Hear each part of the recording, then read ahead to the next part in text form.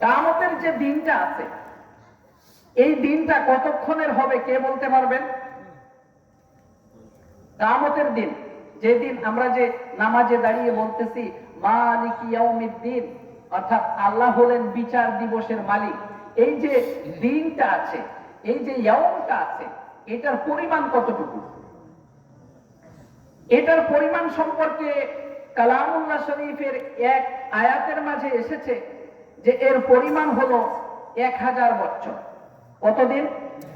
1000 বছর।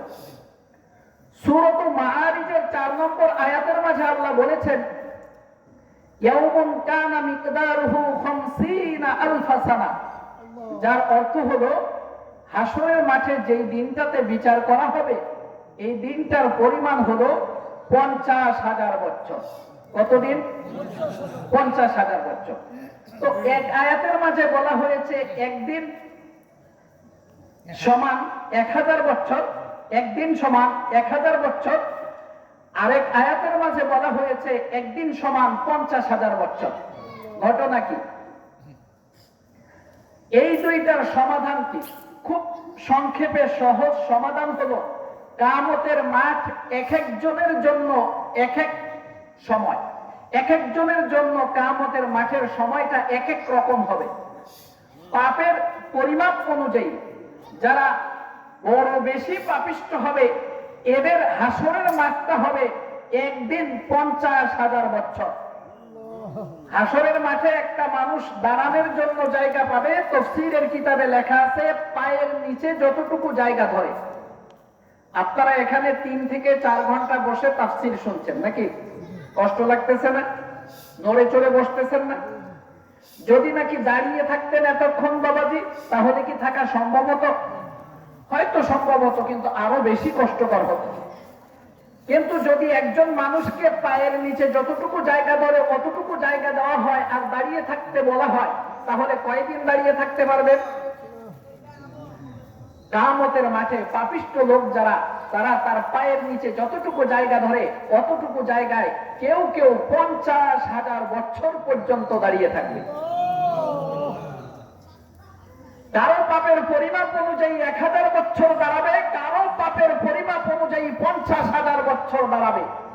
আর আমি যে 7 প্রকার মুত্তাকি খোদাভীরুর পরিচয় দিতে যাচ্ছি, এরা কতক্ষণ দাঁড়িয়ে থাকবে জানেন? বলবো নাকি? আল্লাহু আকবার বলেন। তাফসীরে মাযহারিতে হযরত আবু সাঈদ খুদরী রাদিয়াল্লাহু তাআলা আনহু হতে একখানা হাদিস আনা হয়েছে। এই হাদিসের মাঝে আল্লাহ রাসূল সাল্লাল্লাহু আলাইহি ওয়াসাল্লাম ইরশাদ করেছেন, হাসরের মাঠে পাপিষ্ঠ আর বেদিন কাফের যখন নাকি 50,000 বছর পর্যন্ত দাঁড়িয়ে থাকবে, পায়ের নিচে যতটুকু জায়গা ধরে অতটুকু জায়গাতে ঘামতে ঘামতে কেউ হাঁটু সমান, কেউ কোমর সমান, কেউ মুখ সমান ঘামের মধ্যে থাকবে। এহেন পরিস্থিতিতে সূর্য মাথার আধা হাত উপরে থাকবে। এই কঠিন মুহূর্তে মুমিন মুসলমান যারা আছে, মুত্তাকি আল্লাহ ভীরু যারা আছে, তাদের হাসরের মাঠের সময়টা অতিবাহিত হয়ে যাবে এক ওয়াক্ত ফরজ নামাজ আদায় করতে যতটুকু সময় লাগে। আল্লাহু আকবার বলেন। এক ওয়াক্ত ফরজ নামাজ আদায় করতে কতটুকু সময় লাগে? কথা বলেন। 5 মিনিট। আমার ভাই বলেছেন 5 মিনিট।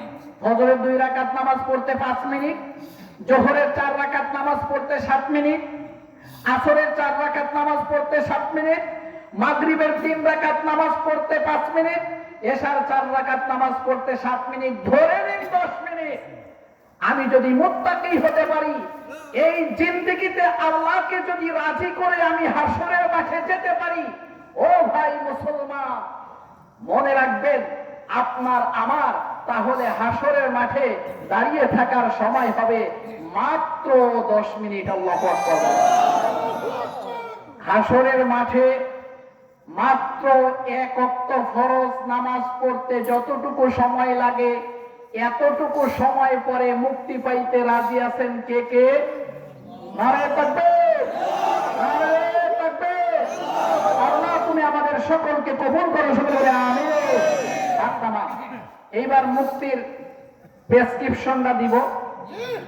10 মিনিটে কিভাবে আপনি পার হবেন, এক ওয়াক্ত ফরজ নামাজ পড়তে যতটুকু সময় লাগে এতটুকু সময়ের মধ্যে আপনি হাসরের মাঠ থেকে কিভাবে মুক্তি পাবেন, এই প্রেসক্রিপশনটা দিব।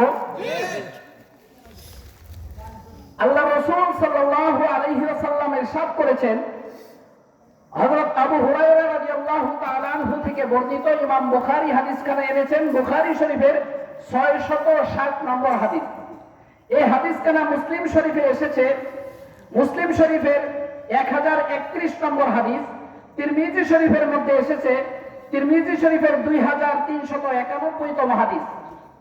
আল্লাহ রাসূল সাল্লাল্লাহু আলাইহি ওয়াসাল্লাম বলেছেন, সাবাতুন ইউযিল্লুহুমুল্লাহু ফি যিল্লিহি ইয়াওমা লা যিল্লা ইল্লা যিল্লুহু, ইমামুন আদিল ওয়া শাআবুন নাশা বিইবাদাতিল্লাহি তাআলা ওয়া রাজুলান তাহাব্বা ফিল্লাহ ফাজতামিআ আলা যালিকা ওয়া তাফাররাকা। আল হাদিস। সম্মানিত উপস্থিতি, সহিহ বুখারী, মুসলিম, তিরমিজি সহ সিহাহ সিত্তার বিভিন্ন কিতাবের মধ্যে আগত এই হাদিসটা যে বিশুদ্ধ, এর ব্যাপারে কোনো সন্দেহ শোভা নাই।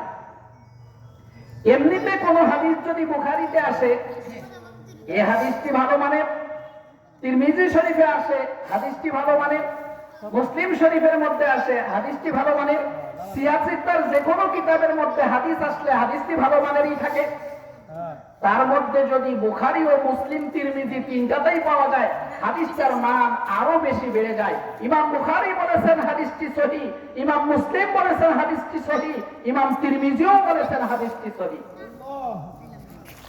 হাদিসের মাঝে হযরত আবু হুরায়রা রাদিয়াল্লাহু তাআলা আনহু বলেন, আল্লাহ রাসূল সাল্লাল্লাহু আলাইহি ওয়াসাল্লাম বলেছেন, 7 শ্রেণীর মানুষ কিয়ামতের মাঠে যখন আরশে আজিমের ছায়া ছাড়া আর কোনো ছায়া থাকবে না, তখন 7 শ্রেণীর মানুষ আরশে আজিমের ছায়ার নিচে আশ্রয় পাবে। শুনবেন নিয়ে 7 প্রকারের কথা, সময় লেগে যাবে। 7 প্রকারের আমি সংক্ষেপে বলে যাব, 1 থেকে 2 প্রকারের একটু বিস্তারিত বলবো। আশপাশে যদি কখনো আসি, হয়তো এরপর থেকে আমি আলোচনা শেষ করব। তবে এই 7 শ্রেণীর আমি বলে যাব যাতে করে আপনি মনে রাখতে পারেন। সুবিস্তর একটা বা দুইটার কথা বলা সম্ভব হবে, যেহেতু দীর্ঘক্ষণ আপনারা আলোচনা শুনছেন আর এখন রাত্র গভীর হয়ে গেছে। জোর করে কথা শোনানোর পক্ষে আমি নই। 7 শ্রেণীর মানুষ আরশে আজিমের ছায়ার নিচে আশ্রয় পাবে। প্রথম শ্রেণী হলো ইমামুন আদিল।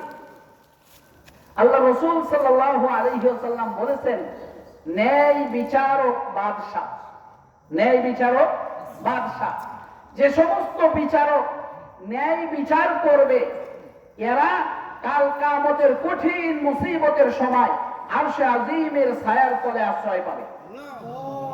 প্রকারগুলি বলে নেই, তারপরে সুবিস্তর আলোচনা করি।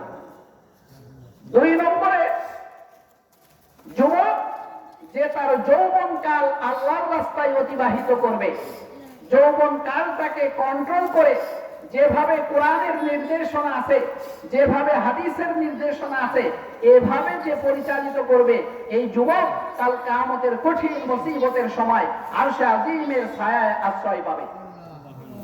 3 নম্বরে, একে অন্যকে যারা ভালোবেসেছে আল্লাহর জন্য। কার জন্য? আল্লাহর জন্য। রাজুলান তাহাব্বা ফিল্লাহ ফাজতামিআ আলা যালিকা ওয়া তাফাররাকা। এমন লোক যারা একে অন্যকে ভালোবেসেছে আল্লাহর জন্য। আমি আমার কোন মুসলমান ভাইকে ভালোবাসবো, টাকা লাগবে? কথা বলেন।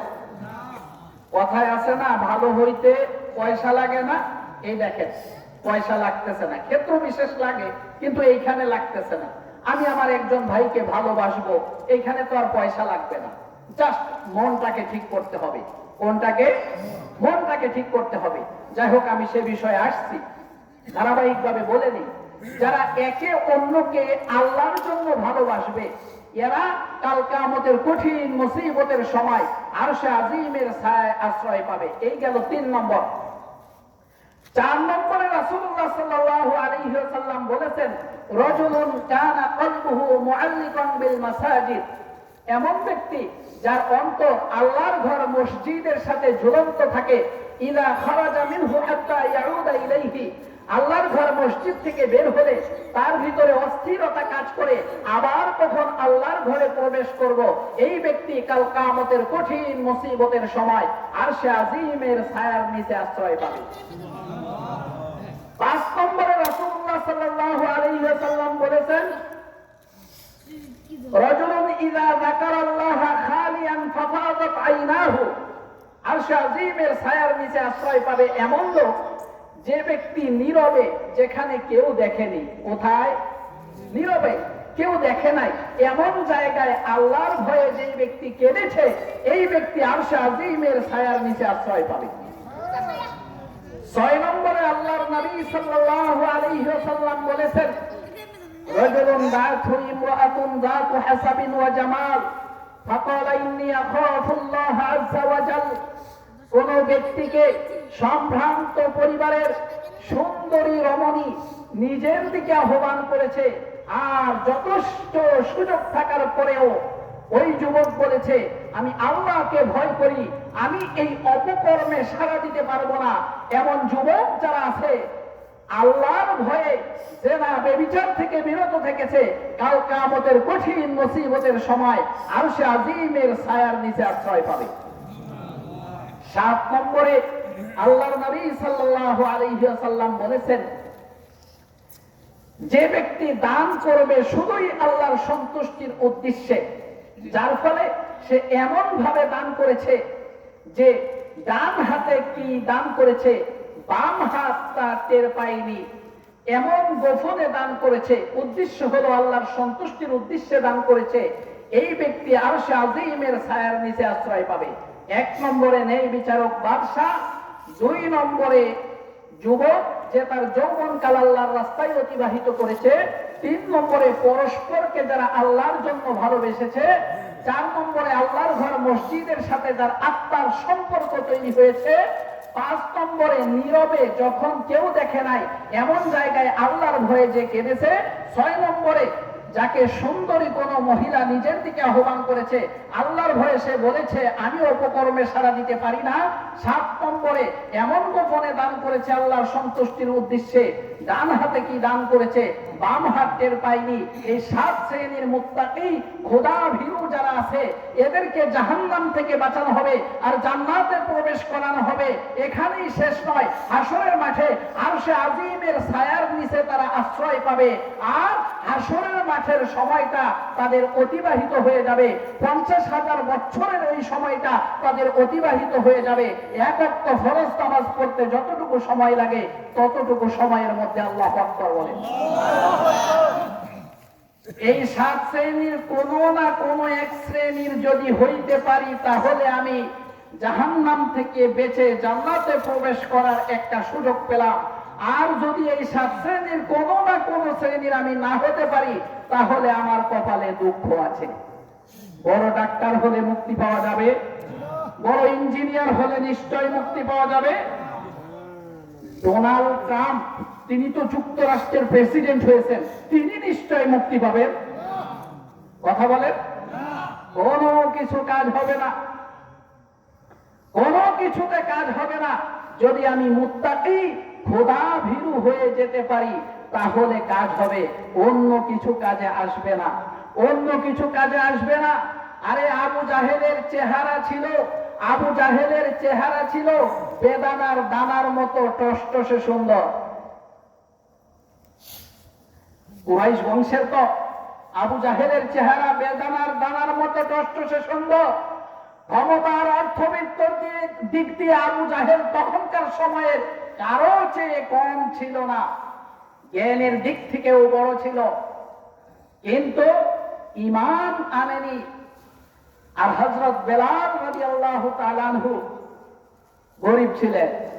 কথা বলেন, সাধারণ গরীব না, গোলাম ছিলেন, হাবশী ছিলেন, কালো কালো ছিলেন। এমন কালো না, বাংলাদেশি কালো না, আফ্রিকান কালো। দেখেছেন আফ্রিকান কালো মানুষ? দেখেছেন? মাথার চুল যেমন কালো, আফ্রিকার মানুষ তেমন কালো। আর আফ্রিকা অঞ্চলের মানুষের গঠন আমাদের কাছে অদ্ভুত লাগে, অস্বাভাবিক মনে হয়, তাদের কাছে তাদেরটা সুন্দর। আল্লাহর সৃষ্টি আমি মন্দ বলি না,